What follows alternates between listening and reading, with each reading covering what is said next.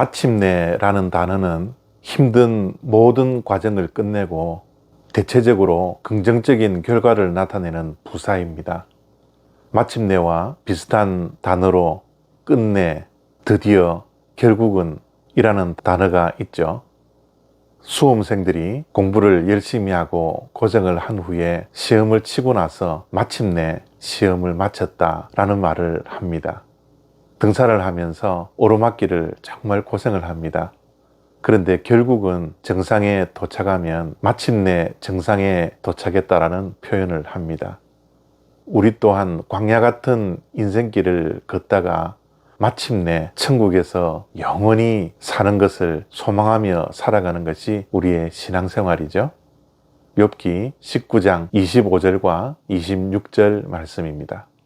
내가 알기에는 나의 대속자가 살아계시니 마침내 그가 땅 위에 서실 것이라. 내 가죽이 벗김을 당한 뒤에도 내가 육체 밖에서 하나님을 보리라. 아멘. 욥은 사면초가의 상황을 맞이했습니다. 사방에 어디를 둘러봐도 자신의 편이 한 명도 없었습니다. 기대고 위로받아야 할 가족의 울타리도 친구의 울타리도 다 무너져 있는 상태에 있었습니다. 한마디로 욥은 절망 가운데 있었던 것입니다. 그런데 욥은 절망 중에 있었지만 절망에 머물러 있지 않았습니다.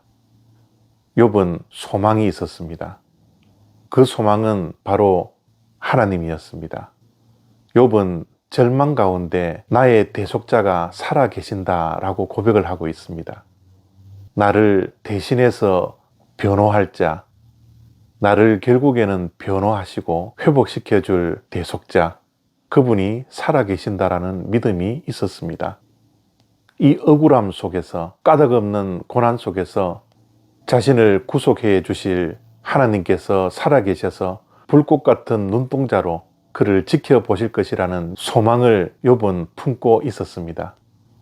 살아계신 그 하나님께서 결국은 마침내 땅 위에 서셔서 그를 회복시킬 것이라는 소망을 가지고 있었던 것이죠. 이 소망이 사면초가의 절망 속에 있는 욥을 절망 가운데 가두어 두지 않았습니다. 그리고 욥은 이렇게 고백을 합니다. 내 몸의 가죽이 벗김을 당해도 내가 죽은 후에도 마침내 하나님을 보리라 라고 고백을 하고 있습니다. 욥에게 다가온 고난은 욥의 믿음에 대한 시험 무대였습니다. 이 시험 무대를 욥은 믿음으로 통과하고 있습니다. 절망 속에도 하나님에 대한 소망을 가슴에 품고 이 시험 무대를 멋지게 통과해 내고 있는 것이죠. 그는 분명히 하나님께 소망을 둠으로 회복에 대한 분명한 소망을 갖고 있었습니다. 그것이 살아서가 아니라면 내 육의 장막을 거둔 후에도 육체 밖에서도 하나님을 보리라고 믿음의 고백을 하고 있는 것이죠. 결국은 고난이 욥의 믿음을 빼앗아 갈 수 없었던 것입니다. 이러한 욥의 믿음이 고난 가운데서도 끝까지 인내하게 했던 것이죠. 지금 우리가 처해 있는 상황 속에 결코 알지 못하고 계획하지 않았던 고난이라는 시험 무대에 서 있는 분이 계십니까? 억울한 일을 당하셨습니까? 답답한 일이 있습니까? 사면초가의 절망 속에 있는 분 혹시 계십니까? 어떠한 고난의 무게가 우리를 짓누르고 있다 할지라도 우리의 유일한 소망 되시는 하나님은 살아 계십니다. 그 하나님께서 마침내 모든 것을 합력하여 선을 이루실 것입니다. 그래서 힘들고 어려운 가운데서도 괴로움 속에서도 하나님 바라보며 버티고 견딜 수 있는 은혜가 오늘 우리 모두에게 있기를 원합니다.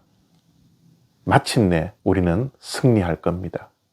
결국에는 우리가 승리합니다. 감사합니다.